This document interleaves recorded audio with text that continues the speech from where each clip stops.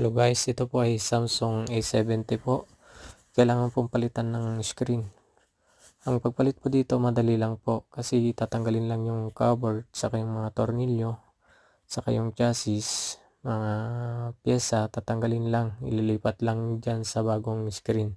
Kasi yung screen na bago may kasama na siyang marko, kaya dan lang ililipat lang yung pyesa. Yan po, nalipat na siya. Tapos ilagay yung backplate, tapa, tornilyo, yan po.